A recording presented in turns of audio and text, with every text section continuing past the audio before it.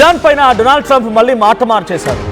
మీకు ఉదయం నుంచి చాలా సందర్భాల్లో చాలా వీడియోల్లో నేను చెప్తూనే వచ్చాను, డొనాల్డ్ ట్రంప్ కేవలం ఇరాన్ని తప్పుదో పట్టించడానికి, కొంత మతిమరిపించడానికి, యుద్ధం ఆగిపోయింది అనేటువంటి ఒక భ్రమ కల్పించడం కోసం మాత్రమే ప్రయత్నం చేసి ఉండొచ్చు అనే మాటను చెప్పుకొచ్చాను. అది ముమ్మాటికి నిజమైంది. అలా పోస్ట్ చేశాడో లేదో, 5 రోజుల పాటుగా యుద్ధానికి తాత్కాలికంగా బ్రేక్ వేస్తున్నానని చెప్పాడో లేదో, అది ఇంకా ఆ మాట చెప్పి ఇంక 24 గంటలు గడవక మునిపే మళ్ళీ అటాక్ మొదలు పెట్టాడు. యుఎస్ మళ్ళీ ఇరాన్ పైన భీకరంగా దాడులు చేసింది. ఇరాన్లో ఉన్నటువంటి పలు కీలకమైనటువంటి స్థావరాలు టార్గెట్గా ఈ దాడులు జరిగాయి. అయితే ఈ దాడుల్లో సంబంధించి ఏకంగా అఫీషియల్ పోస్ట్ని, ఇక్కడ మీరు చూస్తున్న ఈ పోస్ట్ని డైరెక్ట్గా విడుదల చేసింది యుఎస్ సెంట్రల్ కమాండే వీడియోస్ని విడుదల చేసింది. మిలిటరీ స్థావరాల లక్ష్యంగా ఈ దాడులు చేసింది అమెరికా. ఆయుధాలతో ఉన్నటువంటి బిల్డింగుల్ని, ట్రక్కులని ఢీకొట్టింది. ఇరాన్పై దాడులు 5 రోజుల పాటుగా ఆపేస్తామన్నటువంటి 24 గంటల ముందే ఈ ట్రక్కుల పైన దాడులు జరగడాన్ని చాలా తీవ్రంగా ఇరాన్ భావిస్తోంది. సో డైరెక్ట్గా ఇరాన్ కూడా చెప్పింది, ఇరాన్ పార్లమెంటరీ స్పీకర్ చెప్పుకొచ్చారు, మాతో ఎటువంటి చర్చలు లేవు, మాతో చర్చలు జరగడం లేదు, కేవలం డొనాల్డ్ ట్రంప్ ఫేక్ మాటలు మాట్లాడుతున్నటువంటి మాటని ఇరాన్ పార్లమెంటరీ స్పీకర్ కూడా చెప్పుకొచ్చే ప్రయత్నం చేశారు. సో ట్రంప్ కేవలం మైమర్పించడానికి, మతిమర్పించడానికి, భ్రమ కల్పించడానికి మాత్రమే ఇరాన్పై దాడి చేయడం 5 రోజుల పాటుగా తాత్కాలికంగా నిలిపివేస్తున్నాను అనేటువంటి మాటను మాట్లాడుకొచ్చారు. సో ట్రంప్ ఇలా చేస్తాడని ఇరాన్ కూడా ముందుగానే భావించింది. అందుకే ఈ మాటల్ని ఇరాన్ నమ్మలేదు. అందుకే కౌంటర్ అటాక్లో భాగంగా వరుస ట్వీట్లు చేసింది. ఈ విషయాన్ని పబ్లిక్లో కూడా కన్వే చేసే విధంగా ప్రయత్నం చేసింది. So infrastructure, power supplies, energy industries పైన దాడి చేయను అని చెప్పిన ట్రంప్ ఇప్పుడు వాటిని టార్గెట్గా మళ్ళీ దాడులు చేస్తున్నాడు. అంటే డొనాల్డ్ ట్రంప్ ఇంకా యుద్ధాన్ని ఆపుతాను అనేటువంటి మాటకి ఏమాత్రం కూడా నమ్మడానికి వీల్లేదు. సో రష్యా ఉక్రెయిన్ యుద్ధానికి సంబంధించి ఇదే రకంగా మాట్లాడుకొచ్చారు. సో గతంలో కూడా 12 days యుద్ధం సమయంలో, అప్పుడు 2025 జూన్లో జరిగినటువంటి ఆ యుద్ధం సమయంలో కూడా యుద్ధం ఆగిపోయింది అని చెప్పి మళ్ళీ వెళ్ళిపోయి నతాన్స్ లాంటి ఒక కీలకమైన న్యూక్లియర్ స్థావరాలపైన దాడి కూడా చేసిన పరిస్థితి. సో విజువల్స్లో మనం చూస్తూ ఉన్నాం. సో ఆ సెకండ్ బాక్స్ గమనించండి పైన మీరు, దాంట్లో ఇరానియన్ పార్లమెంటరీ స్పీకర్ చేసిన ట్వీట్ అది. సో నో నెగోషియేషన్స్ విత్ ఇరాన్తో ఎటువంటి నెగోషియేషన్స్ లేవు, అంతకంతకి ప్రతీకారం తీర్చుకుంటాం. అలీ ఖమేనీ అగ్రెసర్లు, ఎవరైతే అగ్రెసర్గా అంటే ఇక్కడ aggressor in the sense Israel and America మాపై దాడి చేసిందో వాళ్ళకి తగ్గట్టుగా పనిష్మెంట్ ఇచ్చేంత వరకు మేము ఊరుకోమని చెప్పి క్లియర్గా చెప్పిన ఇరానియన్ స్పీకర్ మాటలు కూడా ఇప్పుడు మనం పరిగణలోకి తీసుకోవాల్సిందే. సో నెగోషియేషన్ జరపలేదు, ఎవరితో చర్చలు లేవు, ఏమీ లేవు, డైరెక్ట్గా వచ్చి కేవలం ఒక ట్వీట్ చేసి మళ్ళీ అటాక్ మొదలు పెట్టేశాడు. సో అటాక్లో ఏ స్థాయిలో ఉందనంటే ఇప్పుడు డైరెక్ట్గా ట్యాంకర్ల పైన, బాంబులు ఉండేటువంటి బిల్డింగ్ల పైన, వాళ్ళు ఎక్కడైతే వెపన్స్ని ఏర్పాటు చేసుకున్నారో వెపన్స్ ఉన్న చోట, ఇంకా కీలకమైన ప్రాంతాల్లోనే ఈ అటాక్ జరిగింది. అటు నేతన్యాహు కూడా ప్రకటించారు. ఒకవైపు ట్రంప్ ట్వీట్, ఇంకోవైపు నేతన్యాహుకు సంబంధించిన మాటలు చూస్తే ఇద్దరి మధ్య కూడా పొసగడం లేదు, ఇద్దరి మధ్య కూడా విభేదాలు ఉన్నాయన్న రకం క్రియేట్ అయింది. సో నేతన్యాహు ఏమన్నారంటే ఎట్టి పరిస్థితుల్లో యుద్ధం ఆగదు, యుద్ధం కొనసాగుతూనే ఉంటుంది, యుద్ధం పైన మేము ఎట్టి పరిస్థితుల్లో వెనక్కి తగ్గే ప్రసక్తే లేదు అని చెప్పి నేతన్యాహు ప్రకటిస్తూనే Operation Lion, maybe I don't exactly remember, వాళ్ళు చేపడుతున్నటువంటి ఆపరేషన్ రోరింగ్ లయన్ ఇంకా కొనసాగుతూనే ఉందని చెప్పి ఆయన చెప్పుకొచ్చారు. లెబనాన్, సిరియా, హమాస్ వ్యవస్థలపై ఇంకా దాడులు చేస్తూ ఉన్నాం, ఇరాన్ని కూడా పూర్తిగా అంతమొందిస్తామని రకంగా నేతన్యాహు ప్రకటించారు. కానీ ట్రంప్ మాత్రం 5 రోజుల బ్రేక్ ఇస్తారన్నాడు. కానీ ఇప్పుడు అవేమీ కూడా వర్కౌట్ అవ్వలేదు, మళ్ళీ అటాక్ జరుగుతూనే ఉంది. అక్కడ కీలకమైన ట్యాంకర్ల పైన, తర్వాత బాంబులు ఉండేటువంటి బిల్డింగ్ల పైన, స్థావరాల పైన యుఎస్ మళ్ళీ స్ట్రైక్స్తో రెచ్చిపోయింది. సో ఇప్పుడు ఇరాన్ ఏమాత్రం ఊరుకోదు, వెనక్కి అడుగు వేయదు. ఎట్టి పరిస్థితుల్లో ఇరాన్ వెనక్కి వెళ్ళే ప్రసక్తి లేదు. బికాస్ 25 days ఆఫ్ యుద్ధంలో, 25 రోజుల పాటుగా జరుగుతున్నటువంటి ఈ యుద్ధంలో నిజానికి ట్రంప్ ఏమనుకున్నట్టే 1-2 రోజుల్లో పూర్తిగా ఇరాన్ని కొట్టిపడేస్తా, ఇరాన్ పని అయిపోయింది, అయిపోయిందంటే ఇక మిడిల్ ఈస్టర్న్ కంట్రీస్ మొత్తం నా చెప్పు చేతల్లో ఉంటాయి, ఇరాక్ నా మాట వింటుంది, పాకిస్తాన్ నా మాట వింటుంది, దుబాయ్, సౌదీ, తర్వాత బహ్రాన్, బనామా, ఇరాక్, ఈ ప్రాంతాలన్నీ కూడా అన్లెస్ ఇజ్రాయెల్ వరకు, యమన్స్ మినహా ఓమన్, ఇవన్నీ కూడా నా మాట వింటాయి. సో ఇరాన్ కనుక ఒక్కటి నా చెప్పు చేతుల్లో ఉంటే ఇక యమన్ గురించి పెద్దగా పట్టించుకోవాల్సిన అవసరం లేదు, హౌతీలు కూడా నా మాట వినక తప్పదు, చచ్చినట్టుగా వింటారన్నట్టుగా డొనాల్డ్ ట్రంప్ భావించారు. అది 1-2 రోజుల్లో పని ముగించేద్దాం అనుకున్నారు. కానీ ఇరాన్ కొట్టేటువంటి చావు దెబ్బ బహుశా అమెరికా ఊహించకపోవచ్చు. 1-2 రోజుల్లో యుద్ధాన్ని ముగించేద్దాం అనుకున్న ట్రంప్ 25 రోజుల పాటుగా యుద్ధాన్ని కొనసాగించాల్సిన పరిస్థితి వచ్చింది. 25 రోజుల పాటుగా అంతటి అగ్రరాజ్యమే తలొగ్గి డైరెక్ట్గా యుద్ధంలోకి వచ్చి తల పట్టుకొని వాళ్ళ యుద్ధ నౌకల్ని కూడా కోల్పోయే పరిస్థితి, F-15 విమానాన్ని కోల్పోయే పరిస్థితి, F-35 ఎయిర్ క్రాఫ్ట్స్ని కోల్పోయే పరిస్థితి, వాళ్ళ సైనిక స్థావరాల్ని కోల్పోయే పరిస్థితి వరకు వచ్చిందనంటే ఎంతటి స్థాయిలో ఇరాన్ అక్కడ అమెరికాని పిచ్చి లేపుతుందో అర్థం చేసుకోవాలి. సో ఇండియా పాకిస్తాన్ మధ్య యుద్ధం సమయంలో ఆపరేషన్ సింధూర్ 2 రోజులు జరిగింది, మహా అయితే తిప్పి కొడితే వారం రోజు జరగలేదు, ఇంకా 4 డేస్ 3 డేస్లోనే యుద్ధం ముగిసింది. పాకిస్తాన్ అప్పటికే మోకాళ్ళపై కూర్చొని మోకరిల్లిపోయి శరణార్థి కోరింది, మమ్మల్ని వదిలిపెట్టండి మహాప్రభు అంటూ భారత ప్రభుత్వాన్ని రిక్వెస్ట్ చేసింది. ఆ తర్వాత భారత ప్రభుత్వం ఒక అడుగు వెనక్కి వేసి దీనికి తాత్కాలికంగా సీజ్ ఫర్ అండర్స్టాండింగ్ పేరుతో యుద్ధాన్ని నిలిపివేసుకున్నాం. కానీ ఇరాన్ అమెరికా మధ్య జరుగుతుందా? అమెరికా తన అహంకారాన్ని చూపించాలనుకుంటోంది, అహంభావంపై దెబ్బ కొడుతోంది ఇరాన్. ఇది కొనసాగుతూనే ఉంది, ఇంకా కొనసాగే అవకాశాలు కూడా ఉన్నాయి, ఇప్పట్లో మారే ప్రసక్తే లేదు. డొనాల్డ్ ట్రంప్ యొక్క లక్ష్యం వేరు ఇక్కడ. సో ఆపరేషన్ సింధూర్లో భారత్ లక్ష్యం ఒకటే, ఉగ్రవాదాన్ని రూపుమాపాలనో ఒక లక్ష్యమే తప్ప పాకిస్తాన్ని కంట్రోల్లోకి తీసుకోవాలనో, పాకిస్తాన్ని అక్కడ రెజిమిని మార్చాలనో ట్రంప్ లాగా అహంభావంతో అహంకారంతో ఎక్కడ కూడా భారత్ ప్రయత్నం చేయలేదు. కేవలం ఉగ్రవాదాన్ని అంతమొందించడమే ఒక స్పష్టమైనటువంటి లక్ష్యంతో ముందుకు వెళ్ళాం. అదే రష్యా ఉక్రెయిన్ యుద్ధంలో కూడా రష్యా ఏం చేస్తోంది, తమ భూభాగంలోకి నాటో కంట్రీలతో యుక్రెయిన్ కనుక కలిస్తే మాకు ఎప్పటికైనా ప్రమాదమే, కాబట్టి నాటో కంట్రీస్తో యుక్రెయిన్ కలవకూడదు, అక్కడ క్యూ ప్రాంతాన్ని మొత్తాన్ని కూడా యుక్రెయిన్ కంట్రోల్లోకి తీసుకుంటే తమకు చాలా ఇబ్బందికర సిచ్యువేషన్ అండ్ బార్డర్ షేరింగ్ ఏరియాస్గా ఉన్నాయి కాబట్టి అవి కొంత ఇబ్బంది పడ్డాయి. కానీ ఎక్కడో ఉన్న డొనాల్డ్ ట్రంప్ అమెరికా ఇరాన్తో వచ్చిన ఇబ్బంది ఏంటి? కేవలం ఒక అహంకారం తప్ప. ఇరాన్తో యుద్ధం చేయడానికి డొనాల్డ్ ట్రంప్ దగ్గర ఉన్నటువంటి ఒకే ఒక అంశం చెప్పండి, న్యూక్లియర్. వాడు ఏం చేస్తాడు ఆయన? ఇరాన్ న్యూక్లియర్ ఎవరి మీద వాడతాడు ఆయన? శత్రు దేశాల మీద. శత్రువు ఎందుకు అయ్యావు నువ్వు? సో సామరస్యంగా ఉంటే ఇప్పుడు బార్డర్ షేరింగ్ కంట్రీస్ కోలేని ఇబ్బంది, ఆఫ్ఘనిస్తాన్ పాకిస్తాన్ యుద్ధం జరుగుతుందంటే వాళ్ళ మధ్య కొంత సరిహద్దు ప్రాంతాలకు సంబంధించి విభేదాలు ఉన్నాయి, ఇండియా పాకిస్తాన్ మధ్య అదే రకంగా ఉన్నాయి. సో రష్యా ఉక్రెయిన్ మధ్య సమస్యలు ఉన్నాయి. పోనీ ఇరాన్ ఇరాక్ మధ్య ఆ సమస్యలు ఉన్నాయంటే అనుకోవచ్చు, ఇజ్రాయెల్కి ఇరాన్కి సమస్య ఉందంటే కొద్ది ఐడియాలజికల్గా అనుకోవచ్చు. కానీ ఎక్కడో ఉన్న అమెరికాకి ఇరాన్కి సంబంధం ఏముంది అసలు? కేవలం అమెరికా తన అహంభావాన్ని, డొనాల్డ్ ట్రంప్ యొక్క అహంభావాన్ని ప్రదర్శించడం మూలంగానే ఈ యుద్ధం మొదలైంది. ఈ స్థాయి 25 రోజులు జరుగుతోంది. కానీ ట్రంప్ ఏమనుకున్నాడు, కొన్ని గంటల్లోనే ఇరాన్ పని బట్టి నేను మొత్తాన్ని నా చేతిలోకి తీసుకొచ్చుకుంటా, మళ్ళీ వెస్టర్న్ కల్చర్ని అమెరికా అనుకూల ప్రభుత్వాలను అక్కడ ఏర్పాటు చేసుకుంటానని చెప్పి డొనాల్డ్ ట్రంప్ అనుకున్నాడు. కానీ అది ఏ మాత్రం నిజం కావడం లేదు. ఈ రోజు 25వ రోజు అయినా కూడా ఇంకా ఇరాన్ పోరాడగలుగుతోందని అంటే ఇక్కడ నైతికంగా నేను ఇక్కడ ఏ దేశం గెలుస్తుందనో గెలవాలనో కోరుకునే ఉద్దేశం నాకు లేదు. యాజ్ ఏ ఇండివిజువల్ పర్సన్గా నాకు ఇప్పుడు అలాంటి ఉద్దేశం కూడా ఉండదు. బట్ ఇక్కడ నైతికంగా మన యుద్ధం సమయంలో 25 రోజుల పాటుగా ఈ నిర్విరామమైనటువంటి యుద్ధాన్ని చూస్తూ ఉంటే ఇరానే పైచేయి సాధిస్తుందేమో అనే రకం కలుగుతోంది భావన.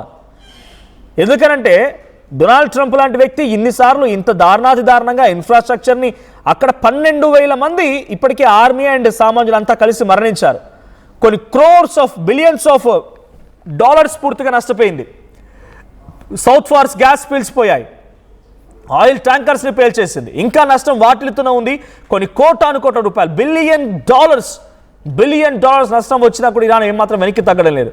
వాళ్ళ అమ్ముల పొదిలో ఉన్నటువంటి అద్భుతమైనటువంటి వెపన్స్ని ఒక్కోటి తీసి ప్రతిసారి ప్రపంచ దేశాలను ఆశ్చర్యపరచడమే కాకుండా అమెరికాకి వణుకు పుట్టిస్తోంది కూడా. ఇప్పుడు డొనాల్డ్ ట్రంప్ ట్వీట్ చేశాడంటే కేవలం ఆయన ఒక ఎత్తుగడ కోసం మాత్రమే అనేది మళ్ళీ స్పష్టంగా అర్థమవుతోంది. యుఎస్ మళ్ళీ ఇరాన్ పైన స్ట్రైక్ చేసింది. డొనాల్డ్ ట్రంప్ యొక్క మాటకి కనీస నైతికత, దానికంటూ ఓ నిజం, ఒక నిబద్ధత, ఒక నిక్కచ్చి ఏమైనా పదాలు ఉన్నాయంటే ఏమీ కూడా లేవు. డొనాల్డ్ ట్రంప్ యొక్క ట్వీట్లు అంటే ఒక పిల్లలు ఏదో సోషల్ మీడియాలో రీల్ చేసినట్టుగానే అయిపోయింది అంతే. కాస్త సోషల్ మీడియా ఇన్ఫ్లుయెన్సర్ ఏదో రీల్ చేసినట్టుగానే ఉండిపోయింది. కానీ డొనాల్డ్ ట్రంప్ అనేటువంటి ట్వీట్కి, ఆయన అగ్రరాజ్యానికి అమెరికాకి అధ్యక్షుడు అయినప్పటికీ ఆయన ట్వీట్కి మాత్రం ఏమాత్రం అర్థం లేకుండా పోయింది. గతంలో రష్యా ఉక్రెయిన్ యుద్ధం అయినప్పుడు చూసినా, ఇరాన్ పైన ఇజ్రాయెల్ అటాక్ చేస్తున్నటువంటి 12 రోజుల యుద్ధం చూసినా, ఇప్పుడు 25 రోజుల పాటు యుద్ధం చూస్తున్నా, ఆయన ట్వీట్ అంటే కేవలం ఒక ఫన్నీ కామెంటే తప్ప ఏమాత్రం కూడా సీరియస్గా తీసుకునే అవకాశం అంటే ఇరాన్కి లేదు. గ్లోబల్ లెవెల్లో ఇప్పుడు జరుగుతున్నటువంటి ఇన్సిడెంట్స్తో వాళ్ళకు కూడా అదే అర్థమవుతోంది. సో డొనాల్డ్ ట్రంప్ ట్వీట్ చాలా స్పష్టంగా 5 రోజుల పాటుగా యుద్ధానికి బ్రేక్ ఇస్తున్నానని చెప్పినప్పటికీ అది ఏమాత్రం జరగడం లేదు. మళ్ళీ అటాక్ జరుగుతూనే ఉన్నాయి, ఇరాన్పై అటాక్ జరుగుతూనే ఉంది. ఇరాన్ పైన ఈరోజు ఆల్రెడీ టెహరాన్ నగరం పైన, పలు కీలకమైన ప్రాంతాలపైన, మళ్ళీ ఇన్ఫ్రాస్ట్రక్చర్ పైన, ఎక్కడైతే ఆయుధ సామాగ్రిని దాచుకున్నాయో ఆయుధ సామాగ్రి దాచుకున్న చోట పర్ఫెక్ట్గా ప్రిసైజ్డ్గా మళ్ళీ యుఎస్ దాడి చేసింది. దీనికి ప్రతీకార చర్యలో భాగంగా డెఫినెట్గా మళ్ళీ ఇరాన్ అంతకంతకు సమాధానంగా డైరెక్ట్గా అమెరికాపై అటాక్ చేయకపోయినా ఇజ్రాయెల్ పై లేదా గల్ఫ్ కంట్రీస్ పైన మాత్రం బిగ్గెస్ట్ అటాక్కి తెరలేపే అవకాశం ఉంది. ఒకసారి ఇప్పుడు జరిగిన అటాక్ ఏదైతే యుఎస్ సెంట్రల్ కమాండ్ విడుదల చేసిందో వీడియోస్ని, ఆ వీడియోని చూద్దాం.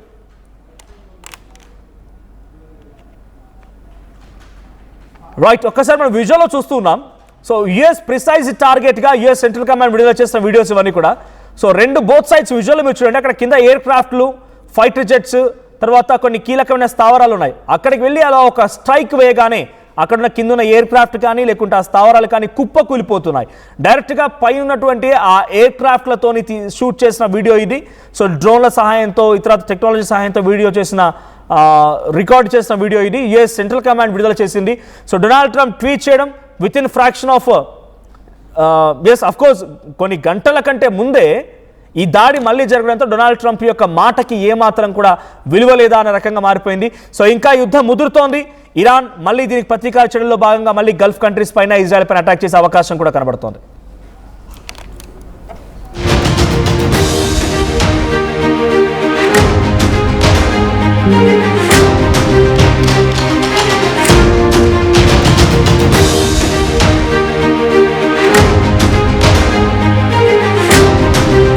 రైట్, సో ప్రెసెంట్ ఈ దాడి ఇంకా కొనసాగుతుంది. అమెరికా ఇరాన్ పైన దాడి చేస్తూనే ఉంది. యాజ్ ఆఫ్ నౌ ఈ దాడికి సంబంధించి చాలా పెద్ద మొత్తంలో విధ్వంసం కూడా చవి చూడాల్సిన పరిస్థితి వచ్చింది. సో ఇరాన్లో ఉన్నటువంటి చాలా ఇంపార్టెంట్ స్థావరాల పైన బాంబులు వేశారు. ఇప్పుడు సారీ ఎయిర్ క్రాఫ్ట్స్ కుప్పకూలిపోయింది. వాళ్ళు వెపన్స్ స్టోర్ చేసుకున్న ప్రాంతం పైన కూడా చాలా బిగ్గెస్ట్ అటాక్ జరిగింది. సో 24 hours ముందే, అంటే ఆల్రెడీ అనౌన్స్ చేసి 24 hours దాటక మునిపే ఈ అటాక్ జరిగింది. ఈ అటాక్లో భాగంగా చాలా పెద్ద మొత్తంలో ఇరాన్ మళ్ళీ రిటిలియేషన్ కూడా సిద్ధమైనట్టు తెలుస్తోంది. తిరిగి కౌంటర్ అటాక్కి సిద్ధమైంది. సో ఇరాన్ మళ్ళీ గల్ఫ్ కంట్రీస్లో ఉన్నటువంటి అమెరికా స్థావరాల పైన, ఎయిర్ బేసెస్ పైన అటాక్ చేయడంతో పాటుగా మెయిన్ ఇన్ఫ్రాస్ట్రక్చర్ పైన, ఆయిల్ ట్యాంకర్స్ పైన అటాక్ చేసే అవకాశం ఉంది. సో నా కొలీగ్ కళ్యాణ్ జాయిన్ అవుతున్నారు నాతో పాటుగా. రైట్ కళ్యాణ్, సో ఏం జరగవచ్చు? ఇప్పుడు ఆల్రెడీ ఆయన ప్రకటించినటువంటి తక్కువ సమయం 24 hours లోపే మళ్ళీ అటాక్ జరిగింది. అంటే ఆయన ట్వీట్కి కూడా విలువ లేకుండా పోయింది. ఆయన ట్వీట్ని ఇక సీరియస్గా తీసుకోవాలన్నా కూడా తీసుకోలేని పరిస్థితి వచ్చింది. సో ఈ అటాక్ని ఎలా చూడాలి? ఇరాన్ని తప్పుదో పట్టించి భ్రమ కల్పించడం కోసమే డొనాల్డ్ ట్రంప్ ఈ ట్వీట్ చేస్తారనుకోవాలా? 5 రోజుల పాటుగా యుద్ధ విరమణ అనేది కేవలం ఇరాన్ని తప్పుదో పట్టించడానికేనా? గనక ఇటు మిడిల్ ఈస్ట్ లో జరుగుతున్న వార్ ఆగే అవకాశం లేనట్టు చాలా క్లియర్ గా కనిపిస్తుంది. ఇటు ఇజ్రాయెల్, అమెరికా అలాగే ఇరాన్ మధ్య టెన్షన్స్ ఇంకా ఇంక్రీజ్ అవుతున్నాయి. ఒక పక్కన నేను అటాక్ చేయను, ఇనిషియల్ గా 48 hours టైం ఇచ్చాడు స్ట్రైట్ ఆఫ్ హార్మోజ్ ని ఓపెన్ చేయాలి అంటూ. దాని తర్వాత లేదు నేను 5 days టైం ఇస్తున్నా అన్నాడు. 5 days దాకా సీజ్ ఫైర్ చేస్తా అన్నాడు. తర్వాత ఇప్పుడు ఫ్రెష్ అటాక్స్, ఇటు యునైటెడ్ స్టేట్స్ మిలిటరీ ఫ్రెష్ గా ఇటు ఇరాన్ పైన చేసిన దాడులకు సంబంధించి ఇటు యుఎస్ సెంట్రల్ కమాండ్ సెంట్కామ్ కూడా అఫీషియల్ గా దాన్ని వ్యాలిడేట్ చేస్తూ కొన్ని మిలిటరీ ఆపరేషన్స్ కి సంబంధించిన వీడియోస్ ని కూడా రిలీజ్ చేసింది. ఫ్రెష్ స్ట్రైక్స్, ఈ ఫ్రెష్ అటాక్ దేని మీద చేశారంటే ఇటు అమెరికన్ మిలిటరీ వచ్చేసి ఎక్కువ శాతం ఇరాన్ కి సంబంధించిన మిలిటరీ బేసెస్, అలాగే కొన్ని స్ట్రాటజిక్ ఇన్స్టాలేషన్స్ ఎక్కడైతే డ్రోన్ ఫెసిలిటీస్ కానీ ఇలాంటి ఫెసిలిటీస్ టార్గెట్ చేస్తుంది. మరో పక్కన ఇటు ఎయిర్ షిప్స్ ఏం చేస్తున్నాయంటే ఇటు ఐఆర్సీకి సంబంధించిన బిల్డింగ్స్ ని కానీ లేకపోతే ట్రాన్స్పోర్టేషన్ కి సంబంధించిన ట్రక్స్ ఏవైతే మిలిటరీ సామాన్ని కానీ, వెపన్స్ ని కానీ, లేకపోతే అమ్యునేషన్ కానీ వీటన్నిటిని మూవ్ చేస్తున్న వాటిని టార్గెట్ చేస్తుంది. మరో పక్కన ఈ అమెరికన్ ప్రెసిడెంట్ డొనాల్డ్ ట్రంప్ మాత్రం ఇనిషియల్ గా పబ్లిక్ అనౌన్స్మెంట్ నేను అటాక్స్ ఇరాన్ మీద అటాక్స్ ఆపేస్తున్నాను ఒక 5 రోజుల పాటు అని చెప్పాడు. కానీ ఇమీడియట్ గా మళ్ళీ ఆయన తీసుకున్న స్టాండ్ ఇమీడియట్ గా చేంజ్ అవుతూ దాని యాక్షన్స్, అంటే అమెరికన్ మిలిటరీ తీసుకునే యాక్షన్స్ ఆయన చెప్పే మాటలకు అసలు సంబంధం ఉండట్లేదు. మరో పక్కన ఇజ్రాయెల్ కి అండ్ అమెరికాకి కూడా కోఆర్డినేషన్ మిస్ అవుతుంది. అమెరికా ఒక పక్కన కోఆర్డినేటెడ్ గా స్ట్రైక్స్ చేద్దాము, ఇటు ఆయిల్ రిఫైనరీస్ ని టార్గెట్ చేయొద్దు అంటూ అమెరికా ప్లాన్ చేస్తుంది. కానీ ఇజ్రాయెల్ మాత్రం ఇటు ఆయిల్ రిఫైనరీస్ లేకపోతే పవర్ ప్లాంట్స్ వీటన్నిటిని టార్గెట్ చేస్తుంది. మరో పక్కన ఇరాన్ ఏం చెప్తుంది? ఇరాన్ అమెరికన్ కంపెనీస్ కి సంబంధించిన ఐటీ కంపెనీస్ కి, ఐటీ ఇక్కడ గల్ఫ్ దేశాల్లో ఏవైతే ఐటీ కంపెనీస్ ఉన్నాయో, పవర్ ప్లాంట్స్ ఏవైతే ఉన్నాయో, డీసాలినేషన్ ప్లాంట్స్ కానీ ఏవైతే ఉన్నాయో వీటన్నిటిని మేము టార్గెట్ చేస్తాము. గల్ఫ్ దేశాల్లో ఉన్న కంపెనీస్ లో అమెరికాకి కొంత భాగం షేర్ హోల్డర్ గా షేర్ ఉన్నా కూడా వాటన్నిటిని కూడా టార్గెట్ చేస్తాము అని ఆ లిస్ట్ ని కూడా ఇరాన్ ప్రస్తుతానికి రెడీ చేసుకొని పెట్టుకుంది. సో ట్రంప్ గురించి అయితే మనం చెప్పాల్సిన విషయం ఒకటి, అతను పొద్దున ఒక మాట మాట్లాడి మళ్ళీ రాత్రికి ఇంకొక మాట మాట్లాడే వ్యక్తిలాగా. సో అతని మాటల్ని మనం పట్టించుకునే అవకాశం లేదు. అతను యుద్ధం ఆగిపోయిందన్నా ఆగట్లేదు. ఇరాన్ మాతో మీడియేషన్ టాక్స్ లో ఉంది కాబట్టే నేను 5 రోజులు గడువు ఇస్తున్నానని అన్నాడు నిన్న. మనం చూస్తే ఇరాన్ వెంటనే స్టేట్మెంట్, ఇటు ప్రెసిడెంట్ పెజెష్కిన్ వెంటనే ఒక స్టేట్మెంట్ ఏమని ఇచ్చాడంటే మేము అసలు మీడియేషన్ టాక్స్ లోనే లేమంటూ ఇటు ఇరానియన్ ప్రెసిడెంట్ చెప్పుకొస్తున్నాడు. సో ఓవరాల్ గా యుద్ధం ఆగే సినారియో అయితే అసలు కనిపించట్లేదు. ఒకవేళ ఇరాన్ మీద ఇంకా దాడులు, అలాగే పవర్ ప్లాంట్స్ మీద కనుక దాడులు చేస్తే నెక్స్ట్ గల్ఫ్ దేశాల మీద ఉన్న ఐటీ కంపెనీస్ ని కూడా ఇరాన్ టార్గెట్ చేస్తుంది. అక్కడ డీసాలినేషన్ ఫెసిలిటీస్ ఏవైతే గల్ఫ్ దేశాలకి సముద్రం ఉప్పు నీరుని కన్వర్ట్ చేసుకొని దాన్ని ఫిల్టర్ చేసి వాటర్ గా కన్వర్ట్ చేసుకొని వాళ్ళు అన్నిటికీ అంటే తాగడానికి కావచ్చు, నిత్యావసరాలకు వాడుకునే వాటర్ ని కూడా ఇటు డిస్ట్రాయ్ చేస్తారంటూ ఇరాన్ చాలా క్లియర్ గా స్టేట్మెంట్ ఇస్తుంది.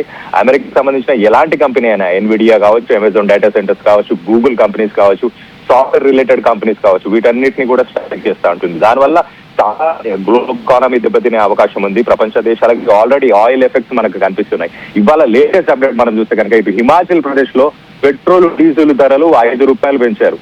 సో దాని ఎఫెక్ట్స్ రానున్న రోజుల్లో ఇంకా ఉధృతంగా ఉండే అవకాశం ఉంది. ఇప్పుడు మనకు ఓన్లీ గ్యాస్ కొరత మనకు ఇప్పుడు ఏర్పడుతుంది, కానీ రానున్న రోజుల్లో మనం చూస్తే కనుక ఇటు ఫ్యూయల్ కి సంబంధించి, ఆయిల్ కి సంబంధించి కూడా మనకు కొరత ఏర్పడే అవకాశం ఉంటుంది. దానివల్ల ప్రైజెస్ ఇంక్రీస్ అయ్యే అవకాశం ఉంటుంది. ఒకవేళ ఆ ప్రైజెస్ అన్ని ఇంక్రీస్ అవుతే మనకు రిసెషన్ వస్తుంది.